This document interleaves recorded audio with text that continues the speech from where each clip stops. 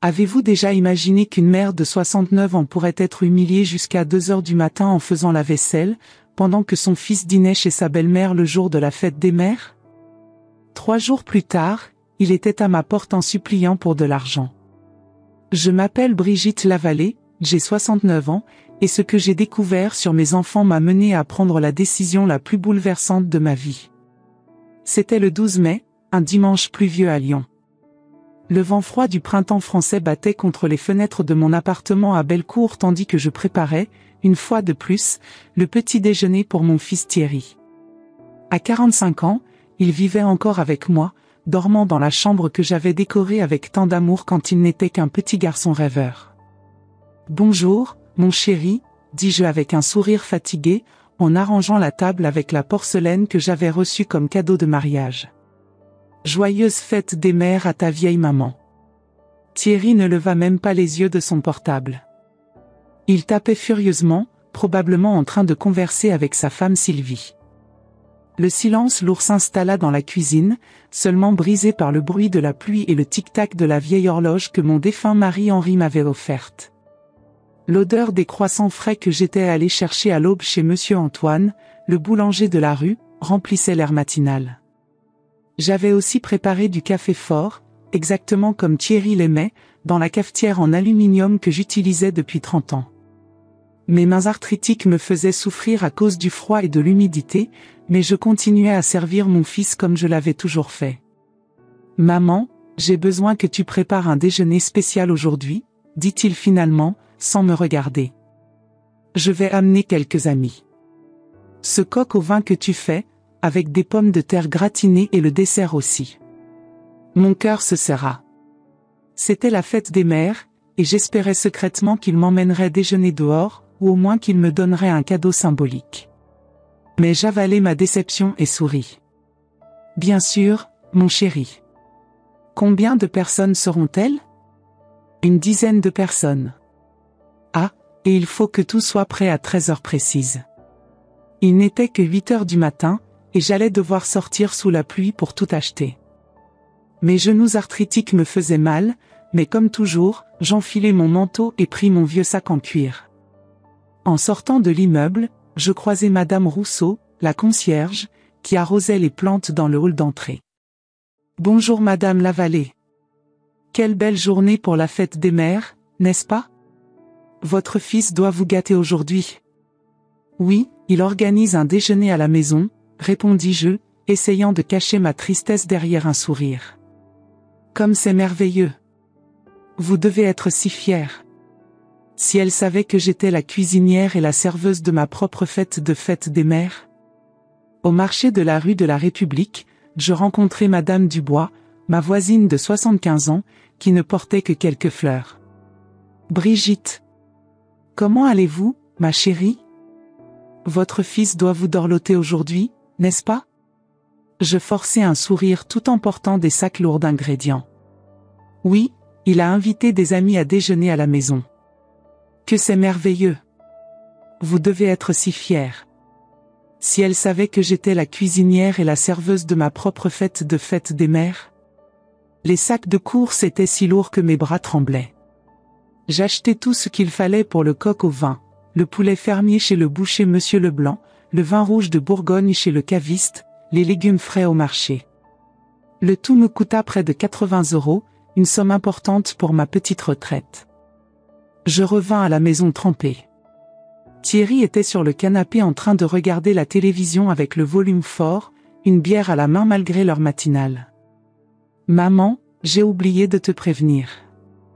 Sylvie a dit qu'elle ne peut pas venir parce que sa mère a fait un déjeuner spécial. Je vais déjeuner là-bas après. » Je sentis comme si un poignard traversait ma poitrine. « Et les amis ? » ?»« Ah, ils ont aussi annulé. Mais puisque tu as déjà tout acheté, tu peux cuisiner quand même. Je mangerai avant d'aller chez Sylvie. » Mes jambes faillirent me lâcher. J'avais dépensé 80 € et j'allais passer ma fête des mères toute seule à cuisiner pour un fils qui partirait chez sa belle-mère. Mais Thierry, c'est la fête des mères, je pensais qu'on pourrait passer du temps ensemble. Maman, tu sais que Sylvie compte sur moi. Sa mère a insisté pour que je vienne. Tu comprends, n'est-ce pas? Il sortit sans même me donner un baiser. Je restais seule dans la cuisine, regardant la table pleine de provisions que j'avais achetées avec tant d'amour. La pluie continuait à battre contre la fenêtre, et je me sentis plus petite que jamais. Je passais 4 heures à cuisiner toute seule. L'odeur du coq au vin remplit l'appartement, et je me souvins de l'époque où Henri était vivant et complimentait ma cuisine. Des larmes se mélangèrent à la vapeur de la casserole. Pendant que je cuisinais, je pensais à toutes les fêtes des mères précédentes. Quand Thierry était petit, il me fabriquait des cartes avec ses petites mains malhabiles. Quand Céline était adolescente, elle m'offrait des fleurs du jardin. Où étaient passés ces enfants aimants? À 13 heures précises, Thierry descendit de sa chambre, habillé élégamment pour aller chez sa belle-mère. Il mangea rapidement, sans compliment, vérifiant constamment son portable. C'est bon, maman. Maintenant je dois y aller. Sylvie m'attend. Mais Thierry, c'est la fête des mères, je pensais qu'on pourrait au moins prendre le café ensemble. Maman, tu sais que Sylvie compte sur moi. Sa mère a fait un effort spécial. Tu comprends, n'est-ce pas? Je reviendrai ce soir. Il partit sans même me dire à quelle heure il rentrerait. Je restais seule dans la cuisine, regardant la table pleine de nourriture que j'avais préparée avec tant d'amour. La pluie continuait à battre contre la fenêtre, et je me sentis abandonnée. L'après-midi passa lentement. Je regardais les nouvelles à la télévision, où ils parlaient de familles qui célébraient la fête des mères ensemble. Je vis des enfants offrant des fleurs à leur mère, des familles souriantes dans les restaurants. Tout ce que j'avais toujours rêvé d'avoir. À 16 heures, je reçus un message de Céline depuis Marseille, « Joyeuse fête des mères, maman. Je pense à toi. Bisous. » Même pas un appel téléphonique. Juste un message rapide, probablement envoyé entre 2 obligations. Le soir tomba, et je restais seule. Je mangeais un peu du coq au vin que j'avais préparé, mais il avait le goût de la solitude. Je pensais à Henri, qui aurait certainement organisé quelque chose de spécial pour moi s'il était encore vivant. Mais le pire était encore à venir. Vers 23 heures, j'entendis la clé dans la porte. Thierry arriva en titubant, visiblement alcoolisé. « Maman! Quelle fête incroyable chez la belle-mère! Elle a fait un dîner merveilleux. Beaucoup mieux que, enfin, tout est très sale ici. Il faut tout nettoyer avant de dormir. » Je regardais la cuisine. Il y avait des assiettes, des casseroles, des couverts, des verres éparpillés partout. Il était presque minuit. « Thierry, je suis très fatiguée. Je peux laver demain matin? » « Non, maman. Je ne supporte pas une maison sale. Et demain j'ai une réunion importante. Il faut que tout soit propre quand je me réveillerai. » Sa voix était dure, autoritaire.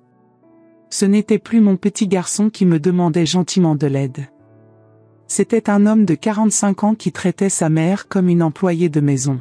« Mais mon chéri, mes mains me font mal, et... » « Maman. J'ai dit que je veux que ce soit propre. Tu n'as rien fait de spécial aujourd'hui à part cuisiner. Le minimum c'est que tu nettoies après. Rien fait de spécial? J'avais passé ma fête des mères entière à cuisiner pour lui, j'avais dépensé 80 € de ma retraite, j'avais été abandonnée toute la journée. Je passais les 2h30 suivantes à faire la vaisselle. Mes mains ridaient de vin rouge à force de frotter. Mon dos me faisait terriblement mal. L'horloge marquait 2h30 du matin quand je terminais. Thierry ronflait déjà dans sa chambre. Je m'assis sur la chaise de la cuisine et pleurais silencieusement. En 69 ans de vie, je ne m'étais jamais sentie si humiliée et méprisée. C'était ma fête des mères, et je l'avais passée comme une employée dans ma propre maison. Mais ce qui me blessa le plus fut de réaliser que ce n'était pas nouveau. C'était ma routine depuis des années. Comment avais-je pu être si aveugle? Pendant que je nettoyais, je pensais à ma propre mère, décédée il y a 10 ans. Elle me disait toujours, « Brigitte, les enfants grandissent et oublient parfois d'où ils viennent. Mais une mère ne doit jamais oublier sa propre valeur. À l'époque, je ne comprenais pas ce qu'elle voulait dire. Maintenant, je comprenais parfaitement. Cette nuit-là, assise dans ma cuisine silencieuse à 2h30 du matin, quelque chose changea en moi. Une graine de révolte, petite mais tenace, commença à germer dans mon cœur de mère humiliée.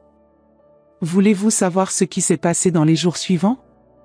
Comment mes propres enfants ont comploté contre moi en pensant que je ne m'en apercevrais pas?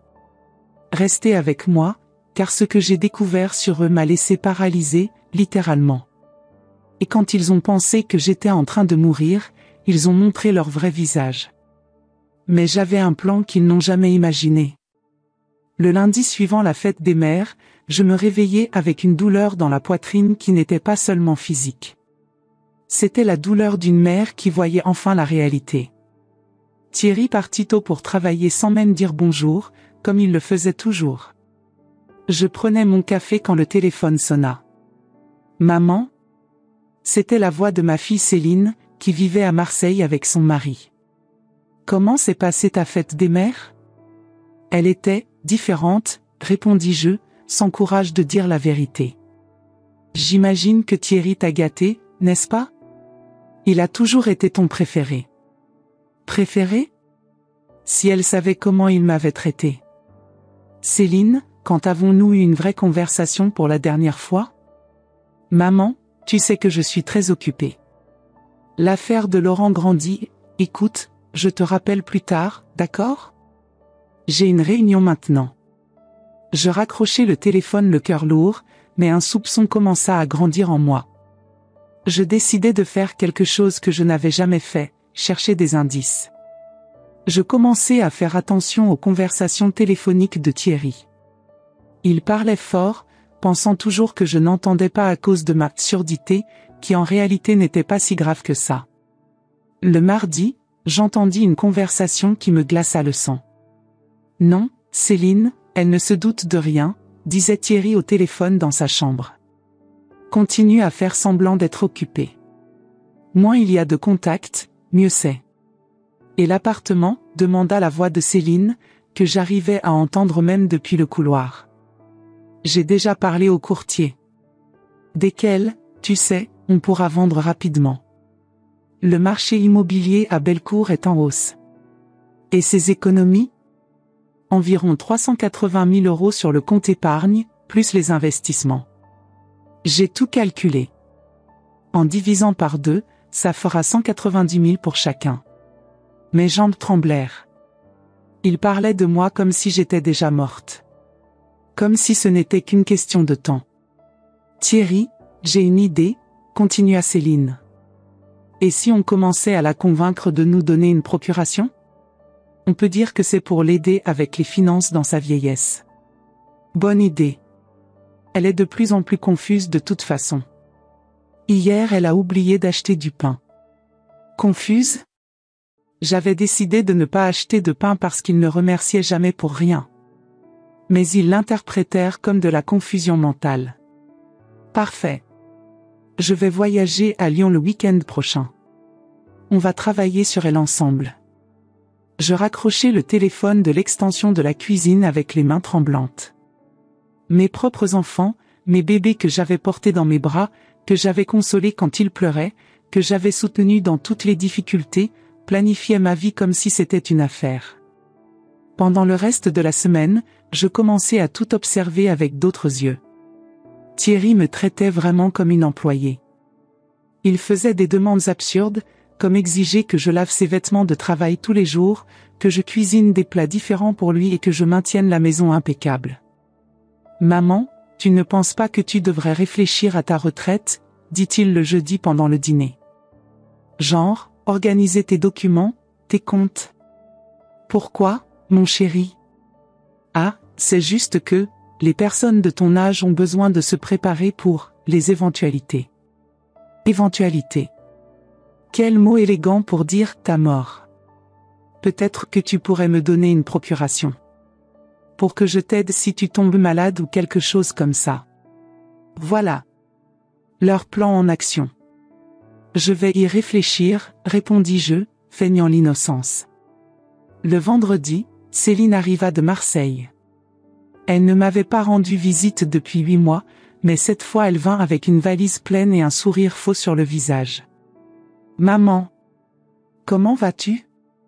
Elle m'embrassa avec une force exagérée, comme le font les acteurs dans les mauvais feuilletons. « Tu as l'air fatiguée », observa-t-elle, analysant mon visage comme un médecin cherchant des symptômes. « Je vais bien, ma chérie. »« Non, tu ne vas pas bien. Regarde ces cernes. Et tu as maigri. » Pendant le dîner, Thierry et Céline échangèrent des regards complices. C'est alors que j'entendis la conversation qui me détruisit complètement. Ils pensaient que je dormais, mais j'étais descendu pour prendre un verre d'eau. Caché derrière la porte de la cuisine, j'entendis tout. « Elle est plus fragile que je le pensais », dit Céline.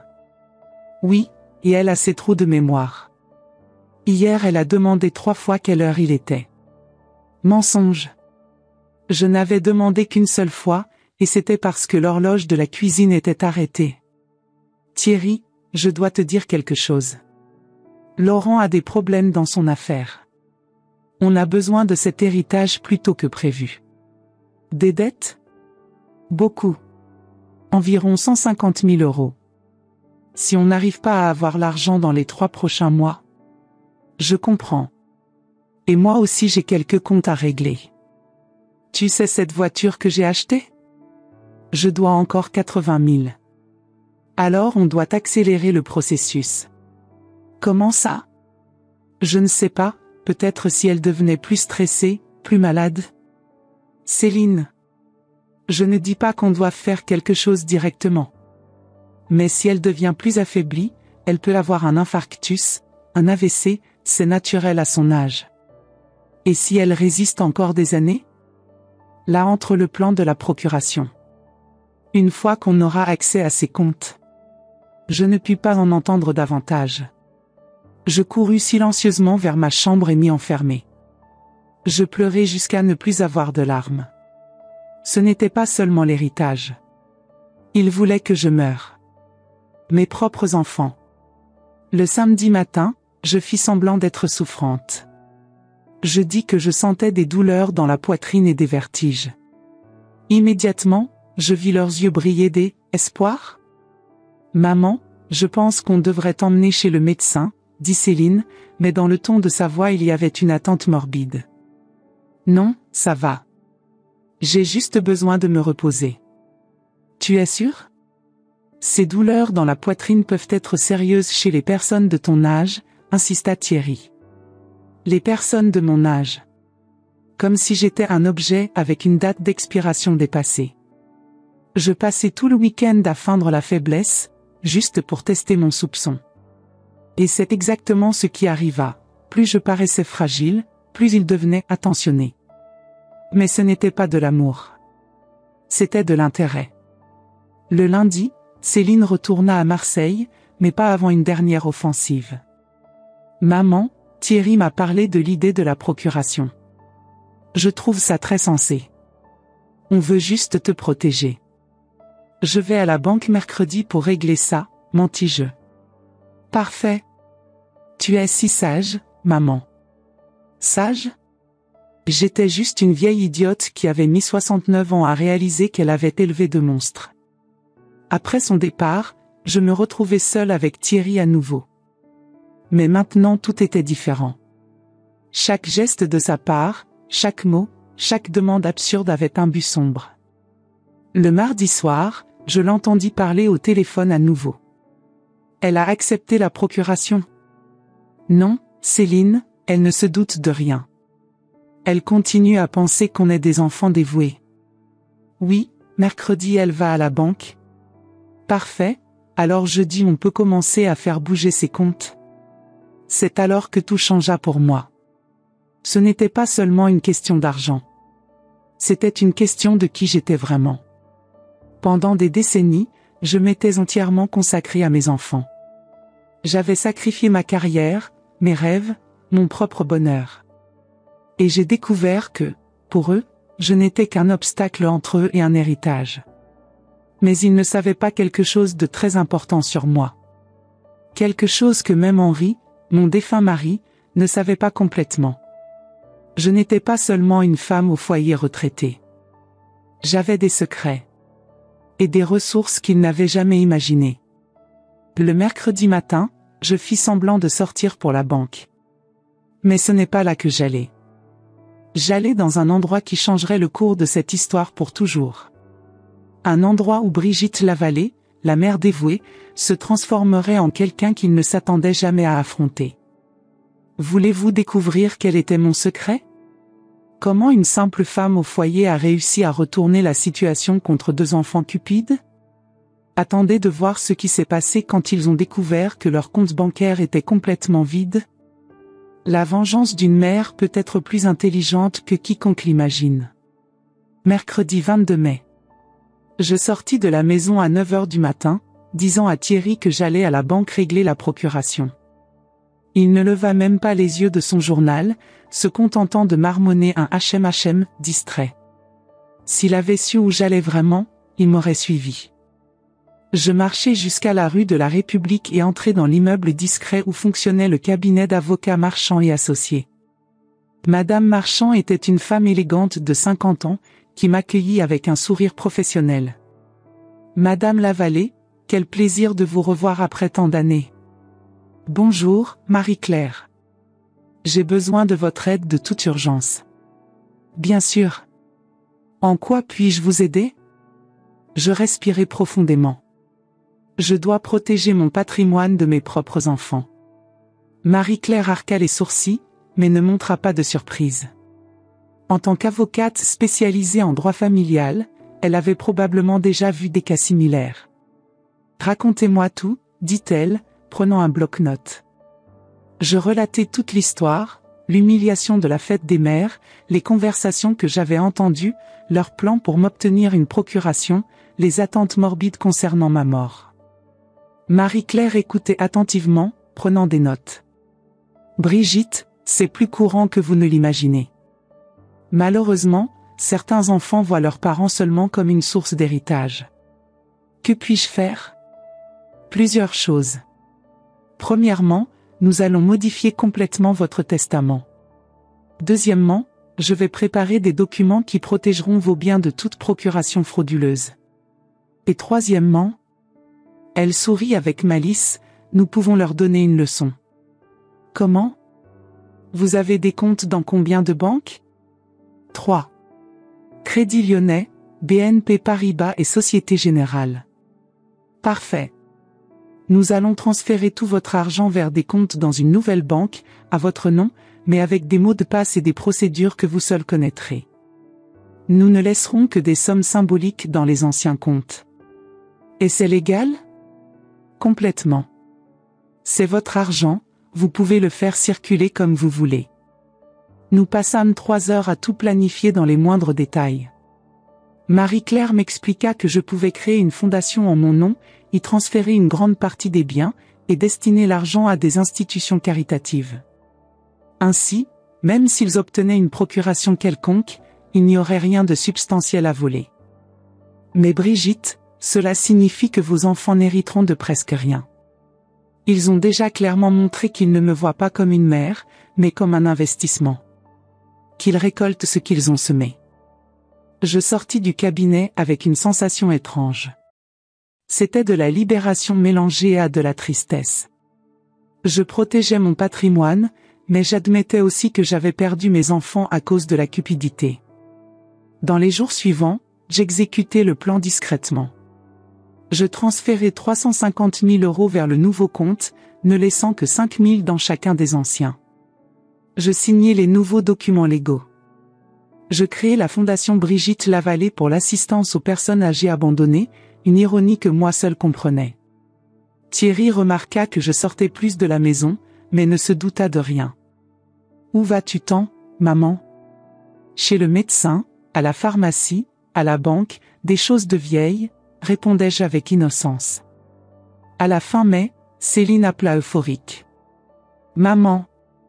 Comment ça s'est passé à la banque? Tu as réussi à régler la procuration? Oui, ma chérie.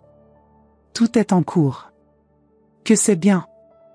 Laurent était si soulagé, je veux dire, nous sommes tous tranquilles de savoir que tu es protégé. Protégé. Quel joli mot pour vulnérable à nos plans. Pendant juin, je commençais à feindre de petits trous de mémoire et une fragilité physique. Ce n'était pas difficile, à 69 ans, toute personne a quelques bobos. Mais j'exagérais un peu. Thierry, où ai-je mis mon portefeuille? Il est dans ta main, maman. Ah, quelle tête j'ai! Je remarquais comme ses yeux brillaient à chaque oubli de ma part. C'était comme s'il marquait des points sur un tableau mental, encore un signe de sénilité, encore un pas vers l'héritage. En juillet, je fis semblant d'avoir une petite chute dans la cuisine. Rien de grave, je trébuchai accidentellement sur un tapis. Thierry accourut. Maman. Tu vas bien?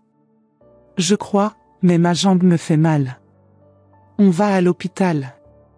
Non, ce n'est pas la peine. Si, il le faut. Tu as peut-être cassé quelque chose. La préoccupation était-elle sincère? Ou voulait-il un diagnostic médical qui prouverait ma fragilité? À l'hôpital, après que tous les examens montrèrent que j'allais parfaitement bien, j'entendis Thierry converser avec le médecin. Docteur, dernièrement ma mère est très oublieuse. Est-ce que ce serait, vous savez, la démence? C'est courant chez les personnes de son âge d'avoir quelques trous. Mais il faudrait une évaluation neurologique plus détaillée. Et si c'est de la démence, peut-elle encore prendre des décisions légales? Voilà. La question qu'il voulait vraiment poser. Ça dépend du degré. Pourquoi cette question? C'est que récemment elle m'a donné une procuration, et je veux m'assurer que c'était une décision consciente. Procuration? Quelle procuration? Je n'avais jamais donné de procuration à personne. Nous sortîmes de l'hôpital, et dans la voiture, Thierry me posa la question que j'attendais. Maman, tu te souviens d'avoir signé ces papiers à la banque? Quels papiers, mon chéri? Ceux de la procuration. Pour que je puisse t'aider avec tes finances. Ah oui, je crois. Ma mémoire n'est plus très bonne. Heureusement que tu t'en souviens. Parce que je vais devoir utiliser la procuration la semaine prochaine. Pourquoi faire? Pour mieux organiser tes investissements. Peut-être transférer vers des placements qui rapportent plus. Transférer vers leur compte, il voulait dire. D'accord, mon chéri. Tu as toujours su bien gérer l'argent. À la fin juillet, Céline vint à Lyon à nouveau. Cette fois, elle amena Laurent avec elle. C'était la première fois que mon gendre visitait ma maison en 2 ans. Brigitte, dit Laurent avec un enthousiasme exagéré. Comment allez-vous? Bien, Laurent. Quelle bonne surprise de te voir. C'est que Céline m'a dit que vous étiez un peu fragilisé. Nous sommes venus aider. Aider. Encore un joli mot pour accélérer nos plans. Pendant le dîner, je remarquais comme ils échangeaient des regards significatifs à chaque petit oubli que je feignais d'avoir.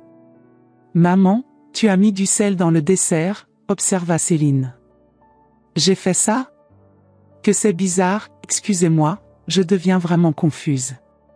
Ne t'inquiète pas, dit Laurent. C'est normal à votre âge. Normal. Comme si j'étais une vieille voiture avec des pièces qui s'usent. Cette nuit-là, j'entendis la conversation la plus choquante de toutes. Il pensait que je dormais, mais j'étais resté dans le salon à lire, derrière le fauteuil où il ne pouvait pas me voir. Elle est bien pire que je l'imaginais, dit Céline. Oui, aujourd'hui elle m'a demandé 3 fois quel jour on était, mentit Thierry. Laurent, tu as apporté les documents? Je les ai apportés. Avec la procuration qu'elle a donnée à Thierry, on peut tout transférer vers nos comptes dès demain. Et après? Après on attend. Avec de la chance, elle ne durera plus très longtemps dans cet état. Et si elle dure? Là on la met dans une maison de retraite bon marché et on vend cet appartement. Maison de retraite bon marché. Après une vie entière à me sacrifier pour eux, ce serait ma fin, abandonnée dans un hospice de 5e catégorie pendant qu'ils dépensaient mon héritage. Je dois admettre, dit Laurent, quand Céline m'a parlé de l'héritage, je pensais que vous exagériez la somme. 380 000 € rien que sur l'épargne, plus l'appartement qui vaut dans les 450 000, plus les investissements, énuméra Thierry. Au total, dans les 900 000 €. Et elle n'a jamais rien soupçonné? Rien. Pauvre femme, elle a toujours été un peu naïve. Elle a passé sa vie entière à s'occuper de la maison et des enfants, elle n'a jamais rien compris aux affaires. Naïve. Moi, qui avais construit ce patrimoine en travaillant comme comptable pendant 30 ans avant de me marier, qui avait investi sagement chaque centime, qui avait acheté l'appartement quand Bellecour était encore bon marché. Naïve. Demain matin on va à la banque, dit Céline. Je veux voir l'argent sur notre compte avant de retourner à Marseille. Je retournai silencieusement dans ma chambre, mais ne pus pas dormir.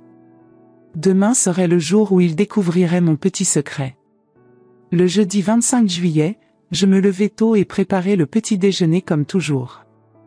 Thierry, Céline et Laurent étaient animés, comme des enfants le matin de Noël. « Maman, on va sortir quelques heures, dit Thierry. On va régler ces papiers de la banque. D'accord, mon chéri. Faites attention. » Ils sortirent à 9h30. À 11h, mon téléphone sonna. « Madame Lavallée ?» C'était la voix tendue du directeur du Crédit Lyonnais. « Votre fils est ici avec une procuration, mais il y a un problème. » « Quel problème, monsieur Dubois ? Vous n'avez que 1 847 € sur ce compte. Il s'attendait à trouver plus de 100 000. Ah, c'est vrai. J'ai transféré l'argent le mois dernier. J'ai oublié de prévenir. Transféré où ? Vers une autre banque. Des choses de vieilles confuses, vous savez. Je raccrochai le téléphone et souris. En 15 minutes, il sonna à nouveau. Madame Lavallée ? Ici BNP Paribas. Votre fils est ici et il n'a trouvé que 2100 € sur le compte ? Exactement. Il a l'air très surpris. J'imagine. Vous pouvez lui dire que je vais tout expliquer quand il rentrera à la maison. Le troisième appel vint de la Société Générale. Même schéma, Thierry cherchant de l'argent qui n'existait plus. À 14h, ils arrivèrent à la maison furieux. Thierry entra par la porte en criant. « Maman ! Où est l'argent ?» Feignant la confusion et la peur, je balbutiai. « Quel argent, mon chéri ?» Les 380 000 €. Où est l'argent ? Il ne faut pas me crier dessus, Thierry. Elle a tout perdu, cria Céline. C'est de la démence. Elle ne sait plus ce qu'elle fait. Du calme, dit Laurent, essayant de contrôler la situation. Brigitte, vous vous souvenez d'avoir fait bouger vos comptes bancaires ? Fait bouger ? J'achète seulement de la nourriture et des médicaments. Mère, Thierry saisit mes épaules avec force. Réfléchis. Tu as transféré l'argent ? Tu l'as investi quelque part ? Tu me fais mal, Thierry. C'est alors que je fis semblant d'avoir un malaise soudain. Je me laissai tomber dans le fauteuil, portant la main à ma poitrine et respirant difficilement. Aïe, mon cœur, je ne peux pas être disputé comme ça. Immédiatement, leur fureur se transforma en panique. Pas de panique pour ma santé, mais pour la possibilité que je meure sans révéler où était l'argent. Maman. Reste calme, dit Céline, m'éventant. Ce n'était rien. On veut juste comprendre. Peut-être que j'ai vraiment oublié, ma tête ne va pas bien. Ils m'emmenèrent dans ma chambre et firent semblant de s'occuper de moi le reste de la journée. Mais j'entendais les conversations chuchotées dans le couloir. Et si elle a vraiment tout perdu ? Impossible. Ça doit être quelque part. Et si quelqu'un lui a fait une escroquerie ? Il va falloir fouiller tous ses papiers. Et si elle meurt sans nous dire où est l'argent ? À partir de ce jour, ils devinrent mes soignants obsessionnels. Ils ne quittaient pas mes côtés, cherchant des indices sur la localisation de l'héritage. Ils fouillèrent tous mes documents, appelèrent les banques, enquêtèrent sur mes mouvements des derniers mois. Mais j'avais été très prudente.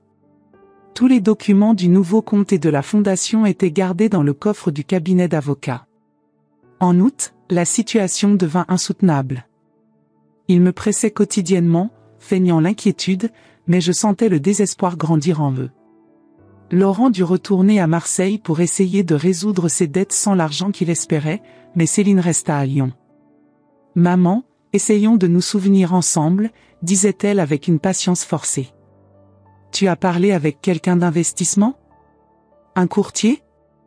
Un conseiller financier? Je ne me souviens pas, ma chérie, tout est si confus dans ma tête.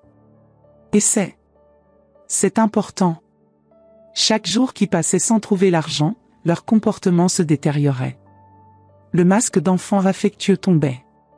Thierry commença à me traiter avec impatience, et Céline faisait des commentaires acides. « C'est incroyable comme quelqu'un peut être si irresponsable, » murmura-t-elle un jour, pensant que je n'entendais pas. 380 000 €. On ne perd pas cette somme comme ça, répondit Thierry. C'est notre faute d'avoir laissé une vieille sénile s'occuper d'autant d'argent. Vieille sénile. C'est ainsi qu'il parlait de moi maintenant. À la fin août, je fis semblant d'avoir une crise de nerfs. Je commençai à pleurer de manière incontrôlée, disant que je me sentais coupable de ne pas me souvenir où était l'argent. Je suis une mauvaise mère. J'ai tout perdu. Vous allez être dans la misère à cause de moi. Non, maman, dit Céline, m'embrassant. Mais je sentis que c'était une étreinte vide, mécanique. On va retrouver l'argent. Et si j'ai vraiment tout perdu? Et si quelqu'un m'a trompé? Ça n'arrivera pas. On va engager un détective privé s'il le faut. Détective privé. Avec quel argent, si Laurent était endetté et Thierry avait compté sur mon héritage pour régler ses propres dettes? En septembre, leur pression financière devint évidente. Thierry commença à recevoir des appels de recouvrement, et Céline dut emprunter de l'argent pour Laurent. « Maman, dit Thierry un mardi, j'ai besoin de te demander une faveur. »« Bien sûr, mon chéri. J'ai besoin de 5 000 € en prêt. C'est pour régler une dette urgente. Mais, je n'ai pas tant d'argent, Thierry. Tu sais que mes comptes sont presque vides. Tu peux vendre quelque chose. Tes bijoux, ou? Thierry. Ces bijoux appartenaient à ta grand-mère. Mère. J'ai besoin de cet argent. Tu as perdu notre héritage, au moins aide-moi maintenant. Notre héritage. Comme si l'argent que j'avais travaillé 30 ans pour rassembler leur appartenait déjà. C'est à ce moment que je décidai de porter le coup final. 1er octobre, un lundi froid à Lyon. Les feuilles jaunies de l'automne français tombaient par la fenêtre de mon appartement, créant un décor mélancolique parfait pour ce que j'étais sur le point de faire. Thierry sortit tôt pour travailler, comme toujours, mais maintenant ses sorties étaient précipitées et tendues. Les appels de recouvrement ne s'arrêtaient pas, et je percevais le désespoir grandir en lui chaque jour. Céline était retournée à Marseille la semaine précédente, mais pas avant d'avoir fouillé chaque coin de ma maison cherchant des indices sur l'argent perdu. À 10 h du matin, je passai un appel qui changerait tout. « Marie-Claire ? C'est Brigitte. Le moment est venu. Vous êtes sûre, Brigitte ? Une fois qu'on aura fait ça, il n'y a plus de retour en arrière. J'en suis absolument sûre. Je veux qu'ils connaissent la vérité aujourd'hui même. Très bien. Je vais préparer les documents. À quelle heure voulez-vous qu'ils viennent? À 15 h. Dites que c'est au sujet de l'héritage d'une parente éloignée. Quelque chose qui éveille leur cupidité. Parfait. Et vous? Je serai là aussi. Il est temps que Brigitte Lavallée montre qui elle est vraiment. Je raccrochai le téléphone et regardai mon reflet dans le miroir du salon. Pendant des mois j'avais fait semblant d'être une vieille confuse et fragilisée.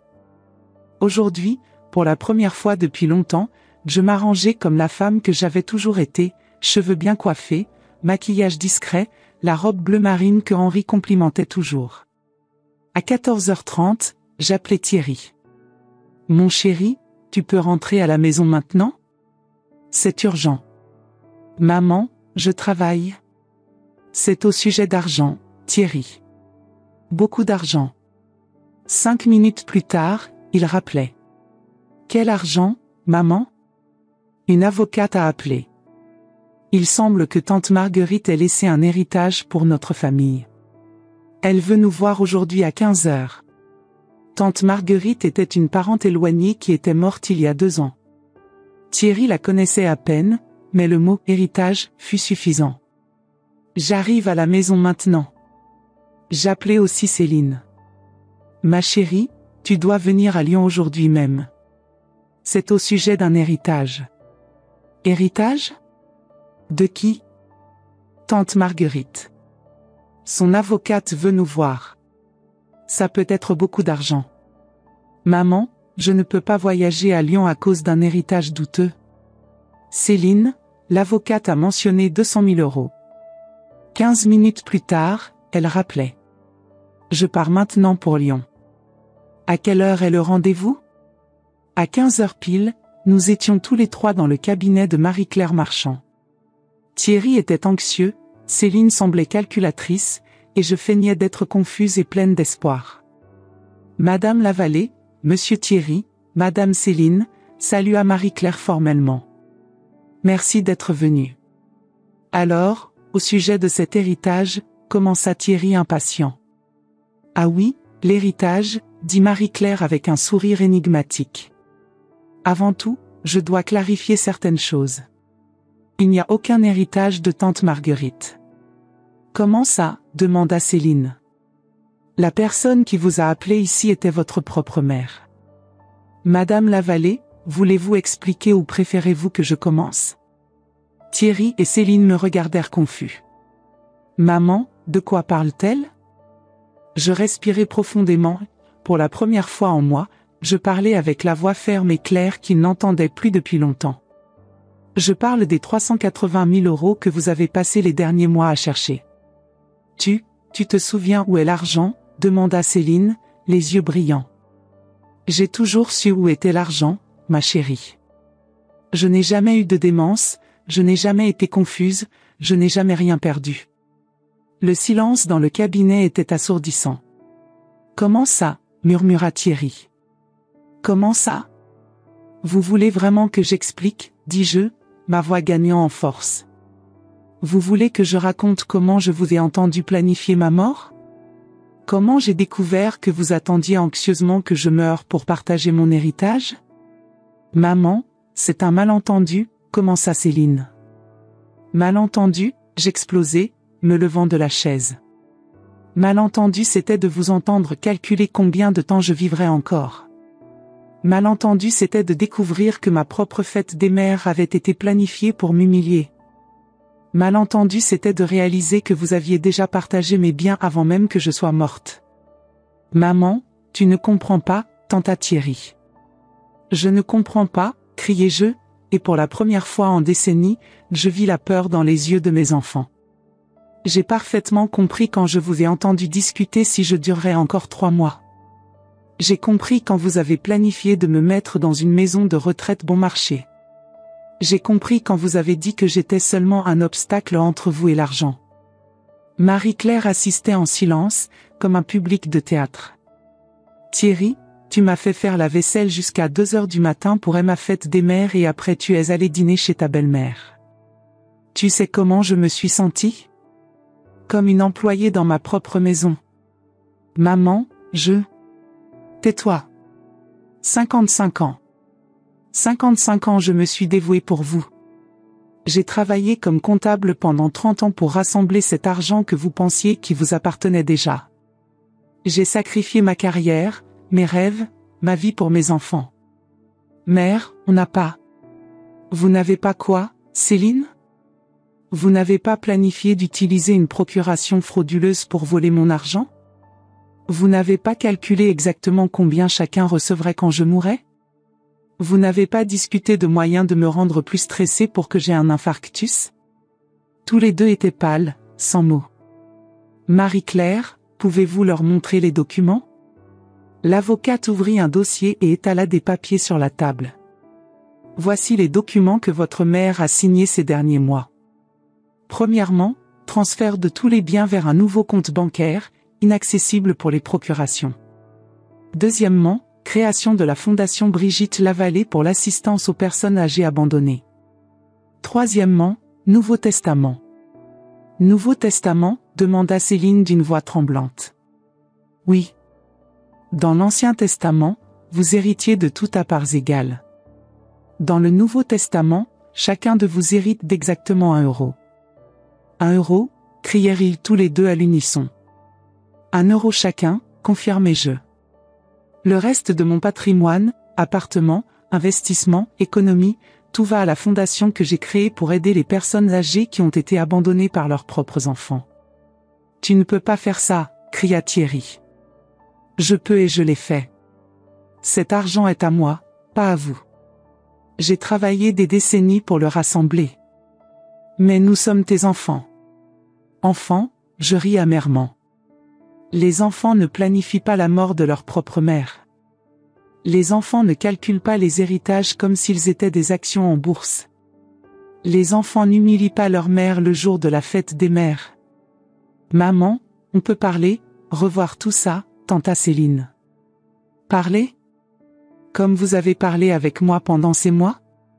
En feignant l'inquiétude pendant que vous cherchiez mon argent ? En me traitant comme une vieille sénile ? On était inquiet pour toi. Mensonge, je frappai le poing sur la table. Vous étiez inquiet pour votre héritage. La seule fois où vous vous êtes montré affectueux, c'était quand vous pensiez que j'étais en train de mourir. Marie-Claire intervint, il y a encore une chose. Brigitte a aussi décidé de vendre l'appartement. QOI, Thierry se leva d'un bond. L'appartement va être vendu. L'argent de la vente ira aussi à la fondation. Thierry, tu as 30 jours pour trouver un autre endroit où vivre. Tu ne peux pas m'expulser. J'y habite depuis des années. Tu y habites par faveur. Et cette faveur s'est terminée le jour où j'ai découvert tes vrais sentiments pour moi. Maman, où vas-tu habiter ? Demanda Céline. Je vais habiter dans une des maisons de retraite que ma fondation va administrer. Des maisons dignes, où les personnes âgées sont traitées avec respect et affection. Où je n'aurai plus jamais à faire la vaisselle jusqu'à 2 heures du matin pour un fils ingrat. Le silence revint s'installer dans la salle. Thierry et Céline me regardaient comme s'ils ne me reconnaissaient pas. Vous voulez connaître la vérité, continuai-je, ma voix maintenant plus douce, mais chargée de tristesse. Pendant des mois, j'ai fait semblant d'avoir de la démence pour vous tester. Pour voir s'il restait un peu d'amour, un peu de respect, un peu de gratitude pour les 69 ans que j'ai consacrés à être une bonne mère. Et nous avons échoué au test, murmura Céline. Vous avez lamentablement échoué. Non seulement vous avez échoué, mais vous avez montré que vous étiez capable de désirer la mort de votre propre mère pour de l'argent. Maman, Thierry essaya de s'approcher. Non, je reculai. Ne m'appelle pas maman. Les mamans sont aimées, respectées, soignées dans leur vieillesse. Les mamans ne sont pas vues comme des obstacles pour un héritage. Mais tu es encore notre mère. Je suis la femme qui vous a mis au monde. Mais vous avez cessé d'être mes enfants le jour où vous avez planifié ma mort. Marie-Claire se leva, je crois qu'il n'y a plus rien à discuter ici. Les documents sont tous signés et enregistrés. Ils sont irrévocables.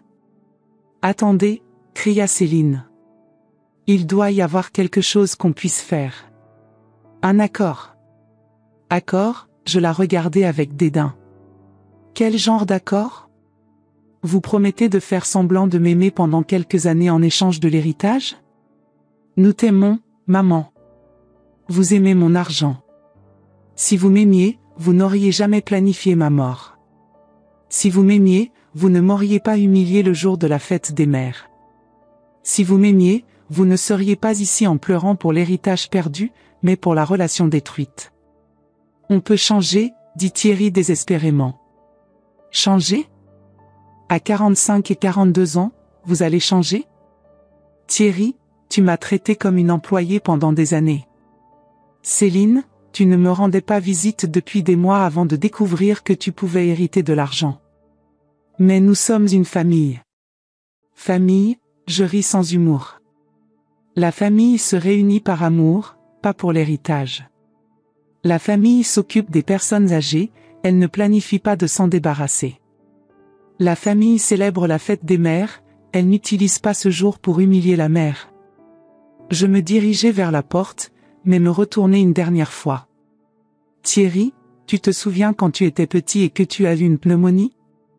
J'ai passé 3 semaines à l'hôpital sans quitter ton chevet. Céline, tu te souviens quand tu pleurais à cause de ce garçon à l'école? Je t'ai consolé tous les soirs pendant 2 mois. Ils baissèrent les yeux. J'ai passé 69 ans à être votre mère. Maintenant je vais passer le reste de ma vie à être la mère de personnes âgées abandonnées. Au moins eux me verront comme une bénédiction, pas comme un obstacle. Maman, attends, Céline courut derrière moi. Adieu, Céline. Adieu, Thierry. J'espère que l'argent que vous vouliez t'en vaut la mère que vous avez perdue. Je sortis du cabinet sans regarder en arrière. Dans la rue, je respirais profondément l'air froid d'octobre. C'était de la libération, mais aussi de la douleur. J'avais perdu mes enfants, mais récupéré ma dignité. 3 jours plus tard, Thierry apparut à ma porte. Ce n'était plus l'homme arrogant d'avant. Il était abattu, avec des cernes, des vêtements froissés. Maman, s'il te plaît. Thierry, tu as 27 jours pour quitter l'appartement. Je n'ai nulle part où aller. Je suis au chômage, plein de dettes. Ce n'est plus mon problème. Tu vas vraiment me laisser dans la rue? Tu n'allais pas me laisser dans une maison de retraite bon marché? Il commença à pleurer. C'était la première fois que je voyais mon fils pleurer depuis qu'il était enfant. Je me trompais, maman. Pardon. Thierry, quand tu avais 8 ans et que tu as cassé le vase de grand-mère, tu as demandé pardon et j'ai pardonné. Quand tu avais 16 ans et que tu as eu un accident de voiture, tu as demandé pardon et j'ai pardonné. Quand tu avais 25 ans et que tu as dépensé tout ton salaire au casino, tu as demandé pardon et j'ai pardonné. Alors tu peux me pardonner maintenant aussi. Je ne peux pas, mon petit. Parce que cette fois tu n'as pas cassé un vase ou eu un accident de voiture. Tu as brisé le cœur de ta mère. Et les cœurs de mère de 69 ans ne se réparent pas avec un « pardon ». Point. Je fermai la porte, mais je pouvais encore l'entendre pleurer de l'autre côté. Une semaine plus tard, ce fut le tour de Céline d'apparaître. Elle amena Laurent avec elle, et tous les deux semblaient désespérés. « Brigitte, dit Laurent, je sais que je n'ai pas le droit de demander quoi que ce soit, mais... » « Vous n'en avez pas, en effet. Nous sommes ruinés. Les dettes, sans l'héritage, nous allons tout perdre. Vous allez apprendre à travailler et reconstruire vos vies, comme je l'ai fait à 25 ans quand Henri est mort. Mais tu peux nous aider. Tu as de l'argent. J'en ai. Et je vais l'utiliser pour aider des personnes âgées qui en ont vraiment besoin, pas des enfants cupides qui m'ont vu comme un investissement.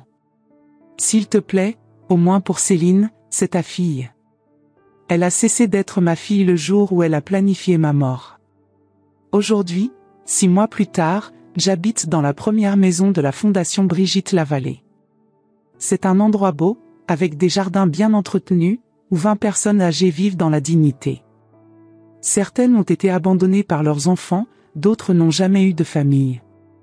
Ici on m'appelle « Maman Brigitte » par tous. Je m'occupe d'eux, ils s'occupent de moi. C'est l'amour authentique que je n'ai jamais eu de mes propres enfants. Thierry habite dans un petit appartement loué à Vaux-en-Velin, il travaille comme livreur de nourriture pour payer ses dettes. Céline et Laurent ont perdu leur maison à Marseille et sont retournés habiter chez les parents de celle-ci. Ils m'écrivent des lettres parfois. Des lettres demandant pardon, promettant le changement, suppliant pour une chance. Je les lis toutes, mais ne réponds à aucune. Parce que j'ai appris quelque chose d'important à 69 ans, il n'est jamais trop tard pour dire non à ceux qui nous maltraitent, même si ce sont nos propres enfants. Et pour vous qui m'avez écouté jusqu'ici, je laisse une leçon, aimez vos mères pendant qu'elles sont vivantes.